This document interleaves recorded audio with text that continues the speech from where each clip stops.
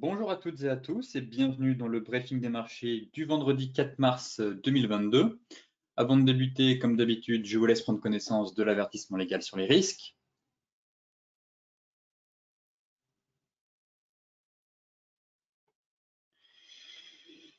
Et pour terminer la semaine, gros moment de panique sur les marchés ce matin, notamment après des combats près d'une centrale nucléaire ukrainienne. Les opérateurs attendent aussi l'un des principaux catalyseurs de la semaine d'un point de vue macro avec le rapport sur l'emploi américain qui est prévu à 14h30.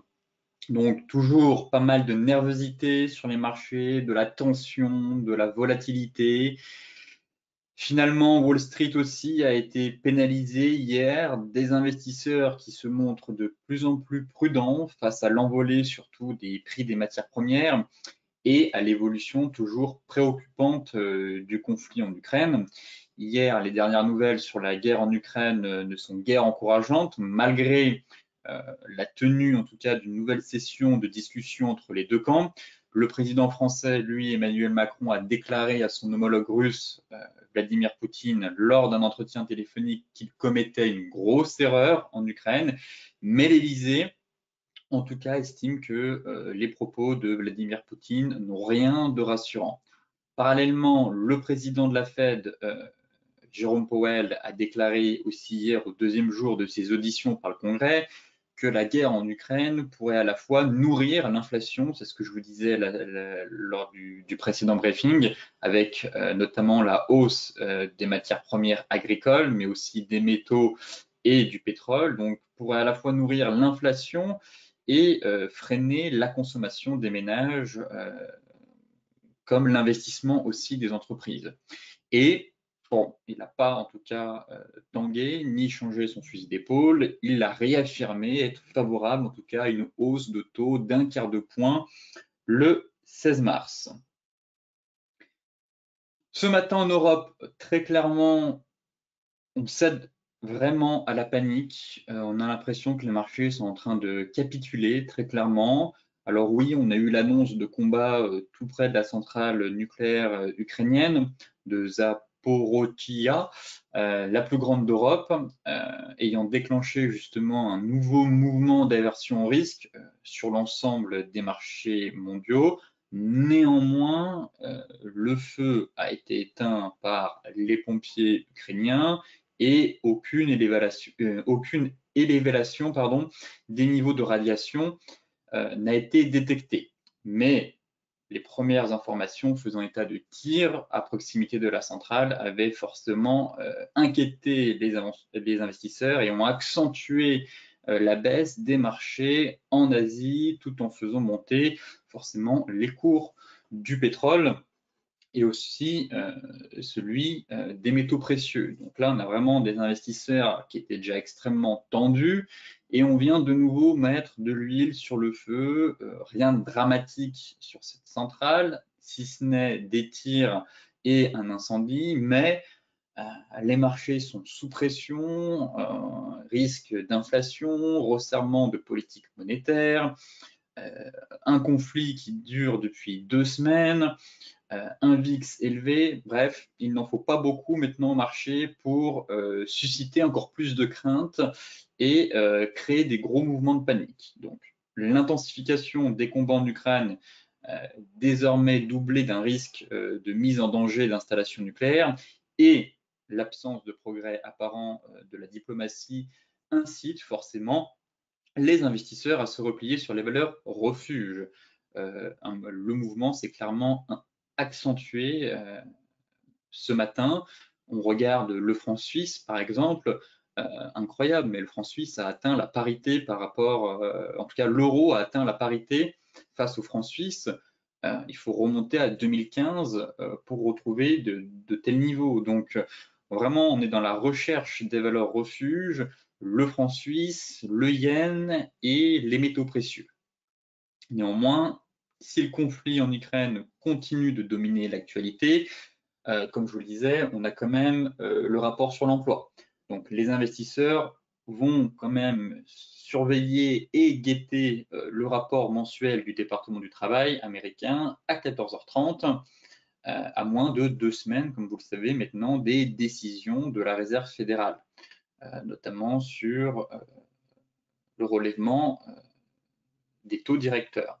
Et là, actuellement, le consensus table sur 400 000 créations d'emplois en février, après 467 000 en janvier, et sur une poursuite de la hausse des salaires, qui devrait même atteindre 5,8% en rythme annuel. Donc, affaire à suivre, et voyons si ce rapport sur l'emploi permet aux indices de reprendre un peu de hauteur ou au contraire d'enfoncer les gros niveaux de support qu'on est justement en train de travailler. Donc, on fera le point dans la partie technique juste après.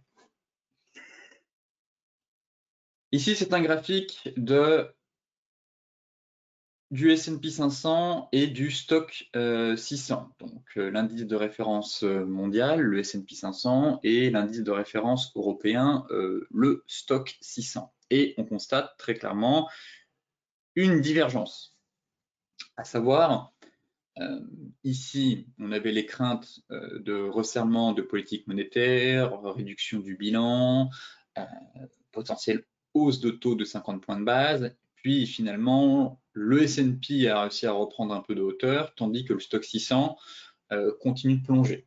Donc là, le Stock 600 est tombé à son plus bas niveau depuis 52 semaines, ce qui contraste assez fortement avec les indices américains. Mais cela s'explique à cause de l'exposition de l'Europe par rapport à la Russie et à l'Ukraine. Donc forcément, les indices américains, en tout cas les entreprises américaines, ont une exposition plus limitée à la Russie et à l'Ukraine.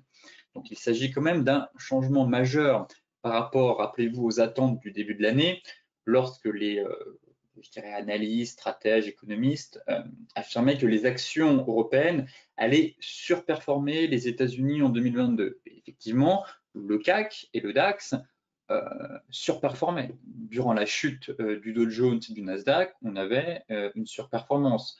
On perdait 7 voire 8%, alors que le Dow Jones perdait déjà 10 voire 12%. Alors qu'aujourd'hui, le CAC est en train de s'écrouler, le DAX, c'est la même chose, on est sur des gros niveaux mensuels, on fera le point juste après, mais les indices américains tiennent, en tout cas. Donc là, pareil, stratégie à adopter. Si vous êtes vendeur, vendez les indices les plus faibles, à savoir les indices européens. Si vous êtes plutôt acheteur, orientez-vous peut-être pas sur le Nasdaq, mais en tout cas sur le Dow Jones, voire le S&P 500. Et ce mouvement, en tout cas, pourrait s'amplifier, puisque en Europe, en tout cas, la guerre est une plus grande menace. Et forcément, la prime de risque requise est aussi plus élevée. Ensuite, on a un impact plus important sur la croissance du PIB. Plusieurs membres et gouverneurs de la Banque centrale européenne l'ont rappelé, plusieurs politiciens aussi, ont dit que ce conflit en Ukraine risque d'impacter la croissance en zone euro, mais aussi la croissance française ou même partout ailleurs en Europe. Et enfin, comme je vous le disais, forcément, c'est les liens directs plus forts que l'Europe a avec la Russie qui fait que on a actuellement une grosse sous-performance de la plupart des indices par rapport aux indices américains. Donc là, faites attention en tout cas si vous êtes acheteur ou vendeur. Comme toujours, on privilégie l'indice le plus faible pour vendre et l'indice le plus fort pour acheter. Reste à savoir maintenant si le S&P 500 ne va pas effectuer un rattrapage derrière lorsque la Fed va augmenter ses taux et procéder surtout à une réduction de son bilan. Pareil, les données de l'inflation sont attendues d'ici 2 semaines, je crois. Et avec l'envolée des matières premières agricoles, des métaux et surtout de l'énergie, fort à parier qu'on ait un nouveau pic inflationniste, un nouveau pic d'inflation plutôt, au mois de mars. graphique qui suggère potentiellement une récession à venir aux États-Unis. En tout cas, est-ce que la forte hausse des prix du pétrole pourrait-elle conduire à une récession aux États-Unis?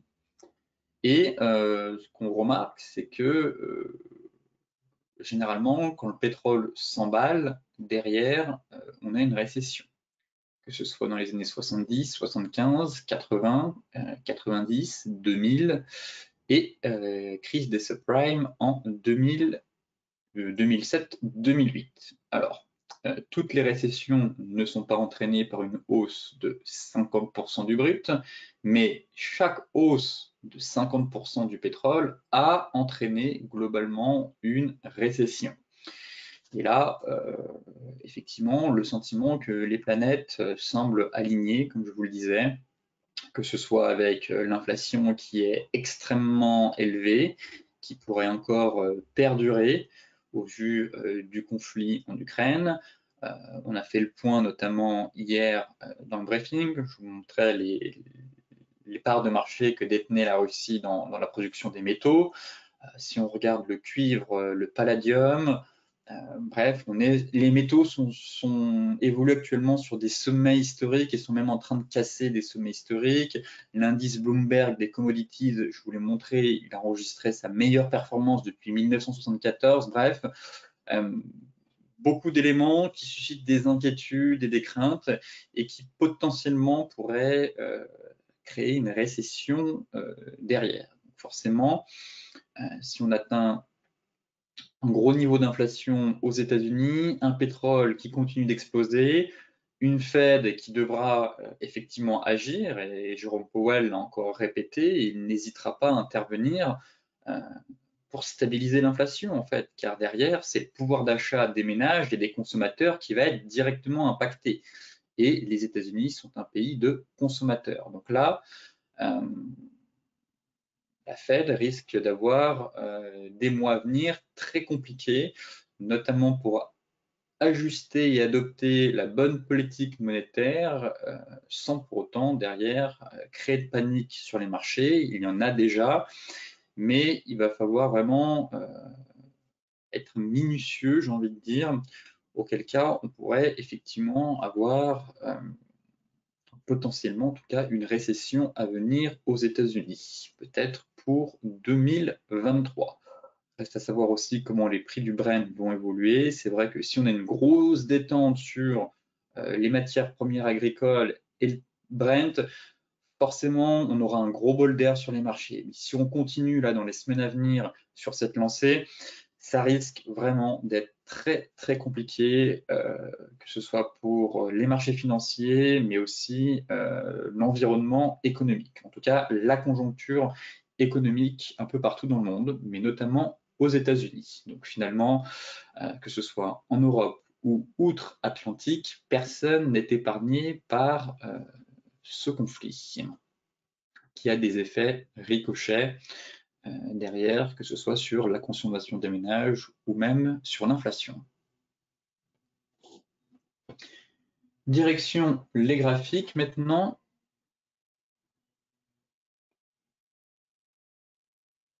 Hop, donc là, le franc suisse atteint la parité du jamais vu depuis 2015, comme je vous le disais, hein, depuis qu'on a levé le taux plancher. Forcément, franc suisse, devise refuge, les investisseurs se ruent sur le franc suisse, le yen et les métaux.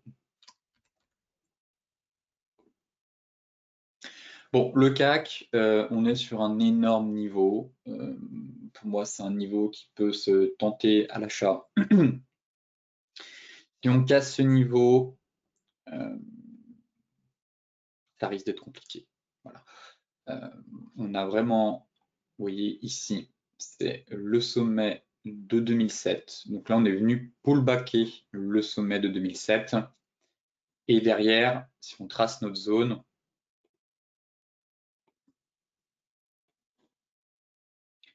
on peut relier aussi le sommet juste avant le Covid.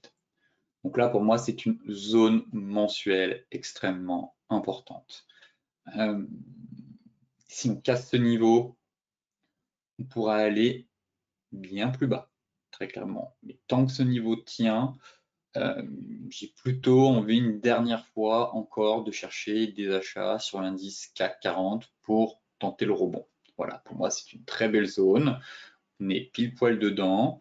Ensuite, je note ici qu'on pourrait se faire une petite frayeur. On a un gap, vous voyez, là, qui a été laissé ouvert. On n'est pas venu totalement le combler ce matin.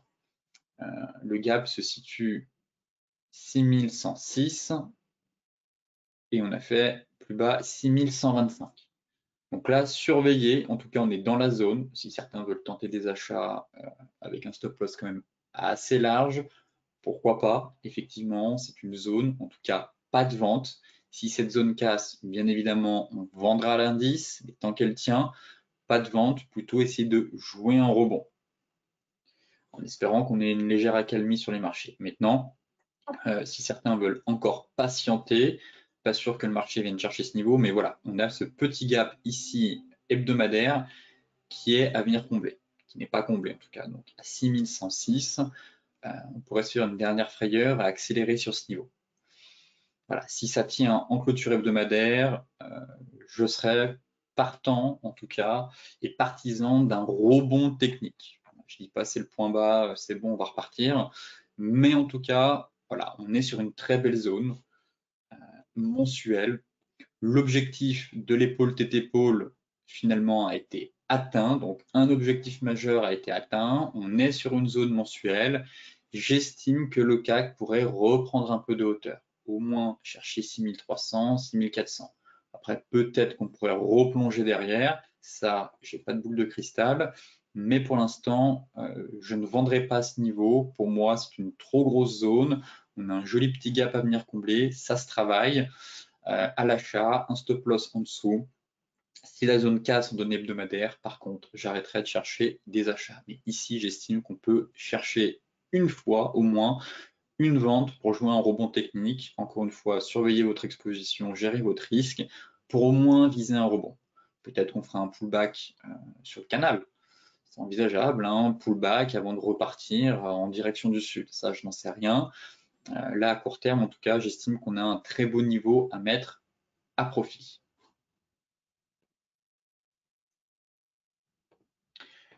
Le DAX. Le DAX, c'est la même chose. Il a pulvérisé sa première zone mensuelle. Effectivement, c'était celle-là. On est sur la deuxième zone mensuelle. Là, pareil, en fait, il faut se mettre en vue mensuelle. Et là, ça apparaît clair comme de l'eau de roche. Voilà, on a une zone de polarité. Donc, on avait notre première zone mensuelle un peu plus haute. Malheureusement, elle a été pulvérisée ce matin à l'ouverture. On est venu taper notre deuxième zone, donc très grosse zone de polarité, en place depuis 2017. Donc pareil, pour moi, c'est un niveau qui peut potentiellement être travaillé à l'achat. Maintenant, ce que je note aussi, voilà, c'est qu'on vient de chercher finalement notre MM200. Vous voyez, on est sur le niveau des 38,2. Si je bascule sur les futurs, voilà, donc là on a notre zone. Je ne l'ai pas tracé ici, je l'ai mal tracé. C'était notre précédente zone. Là, on est en dessous de notre zone. On a un retracement de 38,2 de la dernière vague de hausse depuis la reprise liée au Covid. Et donc, les 38,2 tombent sur l'AMM200. Pareil, si le CAC va chercher son gap, ici, on devrait venir chercher ce niveau, les 13100. Donc là, 13100, c'est un niveau, en tout cas, qui m'intéresse pour être acheteur une dernière fois sur le DAX. Si on clôture et qu'on enfonce ce niveau, j'arrêterai très clairement de chercher des achats. En tout cas, j'attendrai ensuite des rebonds pour vendre dans le sens du flux. Car on a quand même dessiné une belle dynamique baissière en données daily. Mais j'estime qu'on est sur une zone mensuelle. Voilà. Et, que vous affinez avec le cash et le futur, c'est de voir les CFD. Et logiquement, on a voilà, une très belle MM200, 38,2, zone mensuelle, comme on a pu le voir. Il y a de la volatilité, donc on peut faire de la mèche, c'est normal. Il faut peut-être élargir un peu la zone, mais on peut faire de la mèche avant de réintégrer. En tout cas, on est sur un gros niveau. Maintenant, en données daily, travaille la zone, rien à dire, à part qu'on a fait un énorme gap baissier, affiné en données de 15 minutes. Voilà, on est en train de stabiliser. Si on va un peu plus bas, bah, pourquoi pas former une divergence, effectivement. Si on va chercher le fameux niveau que je vous disais, là, les 13 100, potentiellement on pourrait former une divergence 15 minutes et donc tenter un achat sur ce niveau pour espérer enfin un rebond technique avant le week-end. Donc, voilà le scénario que j'ai actuellement pour ce vendredi sur l'ensemble des indices européens. Pour moi, c'est trop tard pour être vendeur, on est sur zone, il n'y a rien à gagner presque, on perd quasiment 4%. Hors de question de vendre une zone mensuelle, bien au contraire, tenter un achat, on est à contre-tendance, je le sais très bien, mais on est sur une zone mensuelle. Et donc, tant qu'elle tient, j'estime qu'il faut chercher au moins une fois un achat, si possible, vers les 38,2 et la MM200. Donc si on a un signal 15 minutes derrière, avec la divergence là qu'on est en train de former, eh bien ce serait parfait pour déclencher un beau rebond technique, au moins dans un premier temps.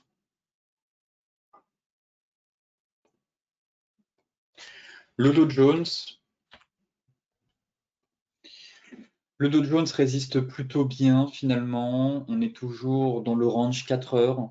Bon, attendons de voir comment il va réagir après la publication des données sur l'emploi. Mais on n'a pas eu de grosse amplitude sur le Dow Jones. On est toujours sous la borne basse de notre range. Bloqué par notre Kijun. Notre filtre, c'était surtout sur les futurs et le range à travailler. Voilà. On n'a pas bougé de ce range depuis le début de la semaine. Là, en données hebdo, la semaine, elle va être clôturée. Bon, oui, on est sur un doji là pour l'instant. L'ouverture égale la clôture. J'attends de voir. C'est vrai que si on réintègre ici au-dessus du nuage, bon, bah, les acheteurs seront au monde de la force. Si on clôture vraiment en dessous et que Chikou casse Kijun, on aurait un début de dégradation. En tout cas, il faudrait se montrer plus prudent sur les achats. Là, on est un peu à la croisée des chemins. Maintenant, le filtre, comme je vous le disais, ça reste en fait ça reste ici, effectivement, j'avais réajusté le range en me disant peut-être qu'on peut réajuster la borne de base de ce range, auquel cas ce serait les 33 000, pourquoi pas. Maintenant, le grand filtre, voilà, c'est le range ici 4 heures dans lequel on évolue. Donc depuis vendredi dernier, gros range avec une amplitude de quasiment 900 points à trader. Bon, on est juste ici, à voir si on tient la borne basse, auquel cas surveiller de nouveau un nouveau test de la borne basse. Si ça tient, eh bien, procéder aussi à des achats pour de nouveau trader le range en fait. Actuellement, il fallait juste se positionner en haut, en bas, à l'achat, à la vente. Ici, on avait eu quand même un joli pendu hier en clôture. Bon, on a eu une belle accélération baissière. Maintenant, je l'attends forcément un peu plus bas, le Dow Jones. J'aimerais qu'on ait une accélération vers les 34 145. Et si derrière, finalement, cette zone tient, eh bien, de nouveau, procéder à des achats, stop loss sous les plus bas, viser TP1, TP2. Et continuer à trader ce fameux range 4 heures avec des achats en bas, des ventes en haut sur signal technique. 4 heures ou au moins horaire. Sinon, on attendra la cassure. Effectivement, si on casse par le bas ce range, forte probabilité qu'on accélère de nouveau vers les anciens plus bas. L'euro, passé sous indice. Bon, j'avais un biais baissier hier. Peut-être que certains ont tenté des ventes. Malheureusement, je n'ai pas proposé. C'est vrai que j'étais un peu tiraillé avec le NFP à venir. Bon, si certains ont tenté des ventes, vous avez largement la place pour mettre votre stop à BE. Je vous disais que, bon, effectivement, cette sortie de range suggérait une accélération baissière. Ce qui me dérangeait, c'était d'envoyer un trade juste avant le rapport sur l'emploi, en vous disant, je pense qu'on n'aura pas suffisamment de marge de manœuvre et qu'on devra sûrement couper le trade avant le NFP. Bon, finalement, le marché m'a donné tort. Au contraire, grosse accélération baissière de l'euro. Donc effectivement, celles et ceux qui avaient tenté des shorts ici peuvent déjà se mettre à break-even. Là, on est passé sous les indices. il y a un niveau un peu plus bas, vers les 1,0930, il me semble.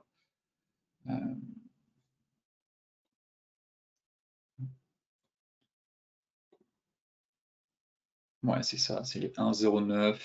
C'est une belle zone. Le point bas ici, vous voyez, le point bas, le point haut, c'est une zone, elle me semble, c'est 1,0930. Je vais la tracer, parce que de tête, je me souviens que c'était un gros niveau dans 2017, 2016-2007 qui avait été travaillé, c'était 1,09, 1,0930 de tête. Donc on va la tracer tout de suite.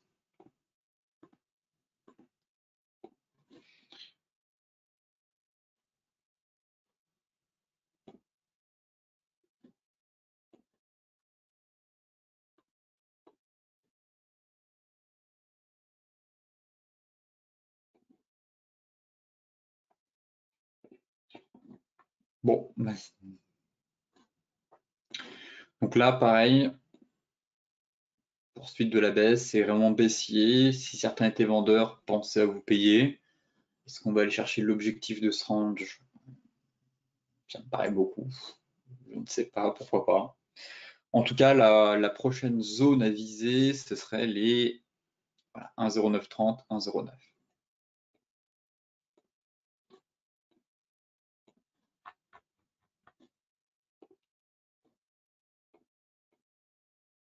Bon, on est quand même en pleine accélération baissière. L'idéal serait quand même d'avoir un pullback pour tenter de revendre. Mais ça reste ultra baissier en fait, l'euro-dollar. Ça reste ultra baissier, donc plutôt envie de chercher des ventes et si possible de vendre tous les rebonds là actuellement. Donc pareil, si on peut retourner sur les indices, pourquoi pas vendre de nouveau. Bon là avec le NFP c'est un peu compliqué. Mais là, parti comme ça, tel quel, on est vraiment bien orienté pour aller chercher notre fameuse zone des 1,09.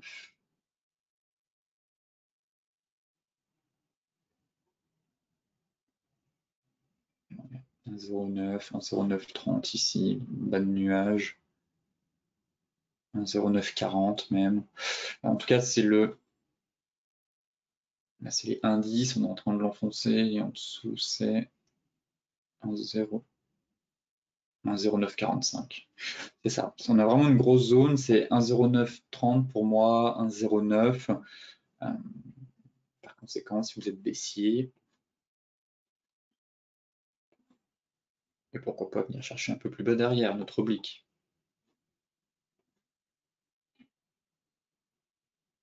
Ouais, ça peut être intéressant. Si on prend cette fameuse oblique, on est pile poil dessus, on pourrait faire de l'excès sur mèche, taper les 1,08. Bon, en tout cas, vraiment, dégradation, c'est baissier, à voir après avec les obliques de long terme.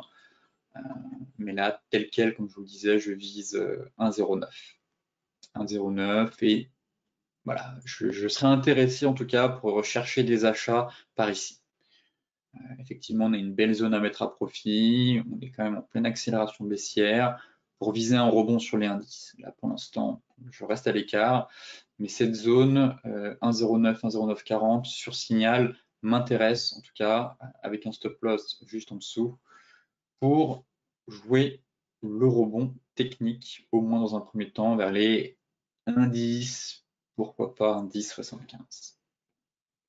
L'euro GBP semble confirmer la cassure de son range.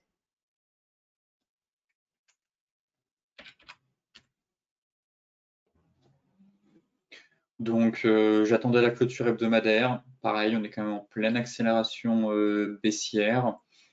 Bon, je reste convaincu qu'on aura un pullback sur ce niveau. On est sur du forex, autant on serait sur des indices ou une action, je dis pas, on pourrait avoir des gaps, mais ce marché est tellement liquide que voilà, un pullback sur mèche est vraiment envisageable pour ensuite viser les 0,8126. Donc là, ça semble bon. À confirmer en clôture hebdomadaire. En tout cas, on est en train de casser. Maintenant, l'idéal, encore une fois, c'est d'affiner votre ratio. Et si possible, d'avoir le pullback la semaine prochaine, vendre avec un stop loss assez serré et viser TP1, TP2, et logiquement on devrait même aller chercher bien plus bas derrière. Là, pour moi, j'estime qu'on a le trade swing de l'année.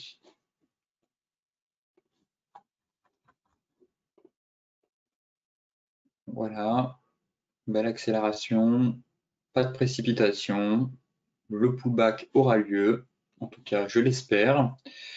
Attendons ce pullback pour entrer avec un stop loss peut-être même un peu plus haut, quand même assez large. On serait bête de se prendre une grosse mèche et de se faire sortir, mais pullback, TP1, TP2 et même TP3, je pense qu'on peut vraiment aller chercher très loin sur cette paire en tout cas. La UD-USD, confirmé, donc on confirme le double creux, signal de retournement sur cette paire. Hier, la bougie était propre, hein, sortie de range, cassure de MM200, cassure d'oblique. Bon, on est en train d'effectuer le pullback. La même chose en fait. J'attendrai au moins la publication du rapport sur l'emploi pour être sûr qu'on confirme bien la cassure. En tout cas, le sentiment qu'on est venu faire le pullback ici durant la séance, il s'est confirmé que la bougie hebdomadaire est belle. Pourquoi pas tenter un achat avec un stop loss par ici. L'idéal serait d'avoir un pullback un peu plus prononcé et viser TP1, TP2 et pourquoi pas TP3. Là, la clôture, la bougie hebdo est belle. J'espère juste que la MM50 ne va pas faire comme ici et nous freiner une deuxième fois. En tout cas, en daily, j'aime beaucoup la configuration. Ce fameux double creux qui a été validé, belle bougie impulsive, c'est vrai que ça pourrait bloquer ici, peut-être renvoyer les prix pour effectuer le pullback. C'est possible qu'on accélère vers les 0,74. Pour ça, ne rentrez pas trop près de ce niveau, parce que ça, on risque d'avoir un rejet une première fois. Voilà, il est juste ici, les 0,74. On pourrait taper ce niveau, retomber, avant de casser véritablement et de repartir en direction des prochaines résistances. Donc là, effectivement, MM50, il ne faut pas que ça fasse comme ici. Vous voyez, la MM50 qui était passée juste au-dessus, derrière, boum. Donc là, pareil, on a un dernier obstacle, MM50 hebdo. Donc là, on est un peu proche. L'idéal, voilà, c'est qu'on vienne la taper. Rejet, pullback. Petit signal 4 heures pour tenter la reprise haussière. Stop loss en dessous et viser TP1 et TP2. Voilà le plan sur cette paire à confirmer aujourd'hui ou peut-être en début de semaine prochaine. Tout dépendra bien sûr de la publication du rapport mensuel sur l'emploi aux États-Unis. Le gold, bon, c'est haussier, c'est beau, on continue, on accélère. Rien à dire, objectif 1960 comme toujours. Si certains ont payé ici sur le pullback, bien mettez votre stop à break-even, j'ai envie de dire. Payez-vous. Bon, c'est peut-être un peu tôt, mais attendez les 1960 pour vous payer au moins. On arrive proche d'une zone, 1955, 1960, effectivement. C'est pas un niveau de prix fixe, mais c'est une très belle zone. Bon, il faut qu'on casse ce niveau pour accélérer. En tout cas, rien à ajouter sur le gold. Filtre en données 4 heures. Peut-être penser à remonter encore les stops. J'ai bien envie de remonter un peu plus le stop par ici. Encore une fois, pour celles et ceux qui étaient rentrés ici ou là, on remonte le stop et on essaie en fait tout simplement d'accompagner le plus loin possible ce mouvement jusqu'à constater un essoufflement de la tendance. Donc là, la tendance est haussière. On a eu une première prise de bénéfice ici, c'est reparti. Bon, pourquoi pas même renforcer sa position si on casse les 1960. C'est pas interdit actuellement vu le contexte. Les métaux précieux se portent bien. En tout cas, l'objectif final, ce serait d'aller chercher les 2050. Voilà, c'est l'objectif du triangle. Pourquoi pas aller plus haut, mais si on casse ce niveau, je vise une dernière jambe de baisse pour viser les 2050.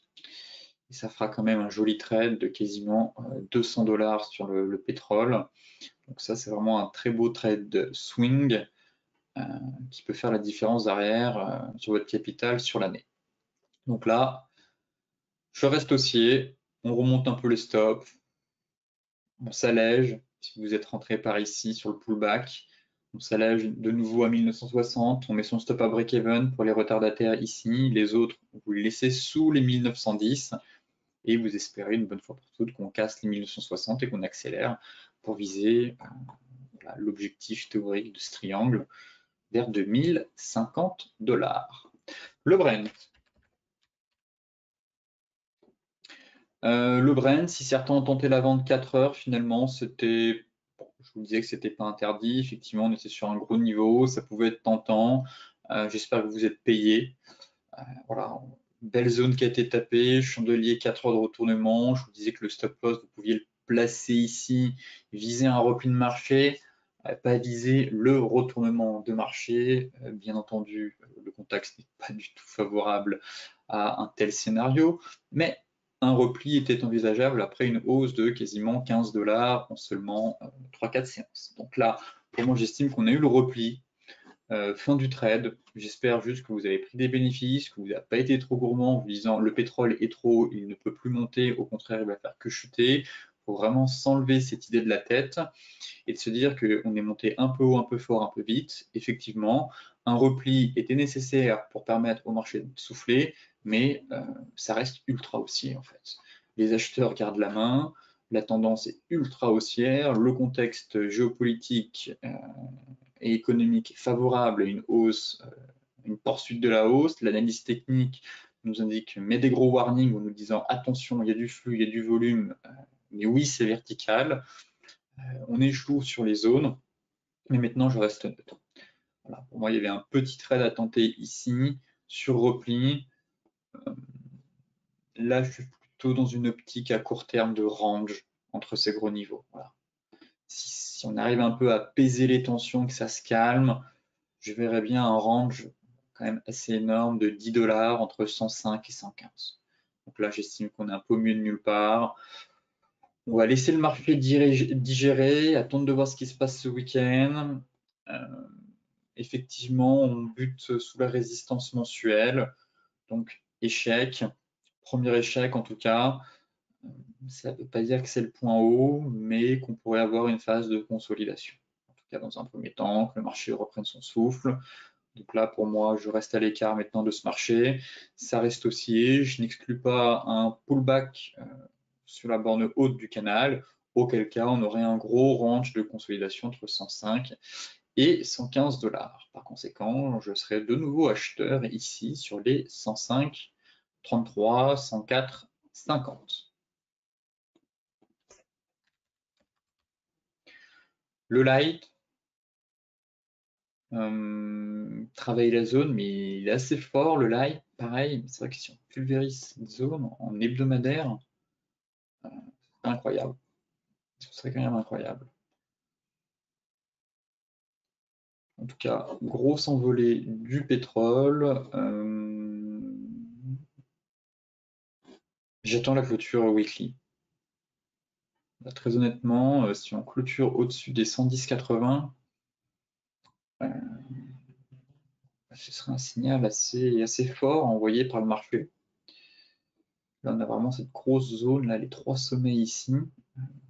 Le sommet le plus bas, il est à 107,60. Le sommet le plus haut, il est vers les 110,55. On est à 110,38. Donc, effectivement, une cassure de ce niveau, ça représenterait en tout cas de la force de la part du marché. Maintenant, données daily. Bon, nouvelle phase de stabilisation. Voyons voir en données 4 heures. Mais là, autant l'avalement n'a pas donné grand-chose. Le WTI reste vraiment assez fort par rapport au Brent. Mais pareil, pas envie d'être vendeur. Ma foi, si on fait cette fameuse épaule tête épaule, peut-être, je suppose, elle est vraiment pas très belle ici, mais faudrait passer en fait, faudrait clôturer sous les 100, sous les 108. Effectivement, là, si d'ici ce soir on a une clôture sous les 108, faudra parier qu'on ait un gros échec sous résistance mensuelle. Mais là, pour l'instant, j'ai l'impression que le marché a envie de clôturer en hebdomadaire au-dessus de sa zone mensuelle. Par conséquent, pas envie d'être vendeur dans une telle configuration graphique. Pareil, on reviendra un peu plus tard sur le pétrole. Pour l'instant, je reste à l'écart.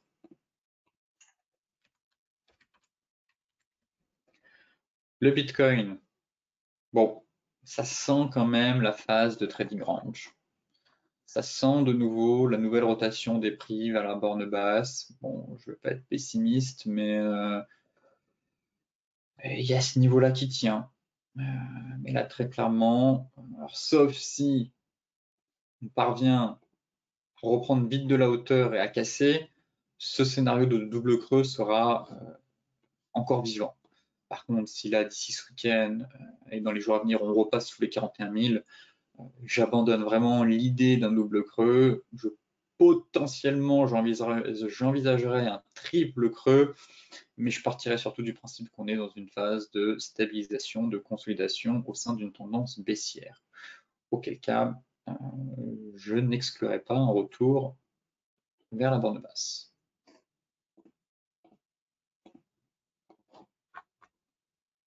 Ouais, et puis là, la clôture weekly, elle va vraiment être déterminante.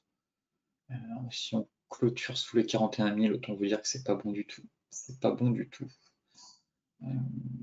C'était bien parti, on était sous résistance, on allait faire un bel avalement haussier.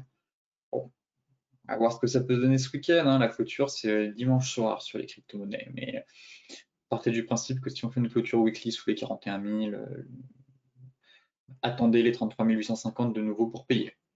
Voilà, on sera vraiment dans un gros range et fort probabilité par conséquent d'avoir une nouvelle rotation des prix vers la borne basse. Auquel cas, on attendra de nouveau la borne basse du canal couplée à la borne basse de notre range pour chercher des achats. Si certains ont vendu le BTC, bravo à vous. Bravo à vous, vous pouvez déjà mettre votre stop loss ABE, prendre des bénéfices et espérer la cassure de cette zone. Effectivement, on a un gros niveau ici, même 50 qui remonte en données 4 heures et même 200. Et même 50 daily qui arrive en soutien juste ici. Donc là, pareil, gros niveau, d'où l'intérêt de mettre son stop. On ne l'a pas encore atteint, mais d'où l'intérêt quand même de protéger. Si vous êtes vendeur, mettre votre stop à break-even. Et effectivement, si la zone ici casse, je ne vois pas ce qui empêchera le marché d'aller chercher bien plus bas derrière. En tout cas, de retourner sur la bande basse de son range. L'Ethereum, je sens qu'il va évoluer dans un triangle, l'Ethereum finalement. Là, le range n'est pas beau. Le range est vraiment pas beau. Il est incomplet. Autant sur le BTC, on a eu une belle rotation déjà sur la borne haute. Ici, on a fait une rotation partielle. Bon, là, même constat. Le problème, c'est qu'on a déjà enfoncé les 2875. Bon, si vous cherchez de nouveau des achats, attendez les 2545. L'idéal reste la borne basse du pseudo range, étant donné qu'il est un peu larvé ce range.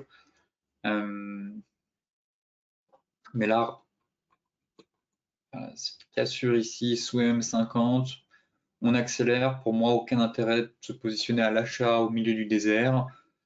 Attendez au moins une zone, 2545. Et la zone magique, pour moi, ça reste ici. Ça reste 2300 et 2400, 2315. Voilà, c'est le niveau parfait. On a vraiment une belle oblique, la parallèle, comme sur le BTC, le bas de range une nouvelle fois. Donc, pourquoi pas tenter, étant donné que l'Ethereum fait un peu des rotations incomplètes, donc il pourrait très bien s'arrêter ici avant de remonter, surtout si on part finalement dans un triangle. Donc, si on trace une oblique ici, on pourrait s'arrêter là. Donc, à surveiller 2545, 2500. S'il n'y a pas de signal, s'il n'y a absolument rien, ne vous fatiguez pas, attendez directement la zone basse. Et là, même constat finalement sur l'Ethereum, c'est la bougie hebdomadaire qui est pas belle. Maintenu en échec sous MM50 et sous Kijun. Bon, pareil, ça partait bien. C'est vrai que je vous disais, si on casse ce beau niveau, on aura un bel avalement. Là, on est complètement en train de retomber. Et finalement, on constate qu'on a un range au-dessus de la MM50, proche de bas de nuages. Bon, rien de presse, honnêtement, sur l'Ethereum. En mensuel. L'indécision, le fait d'être prisonnier entre Tenkan et Kijun mensuel. Donc là, il faudra quand même attendre.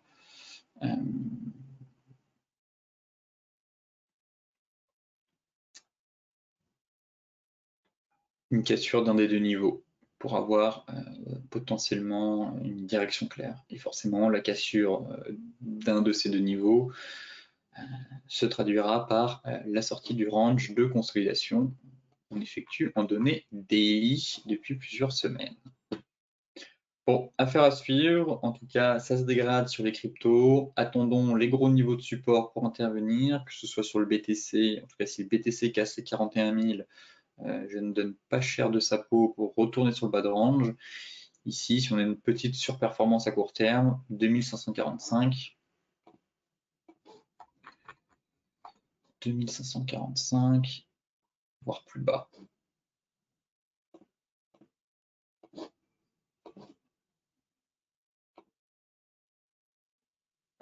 Ouais. Bon, on avait notre oblique qui tenait, cassure de l'oblique.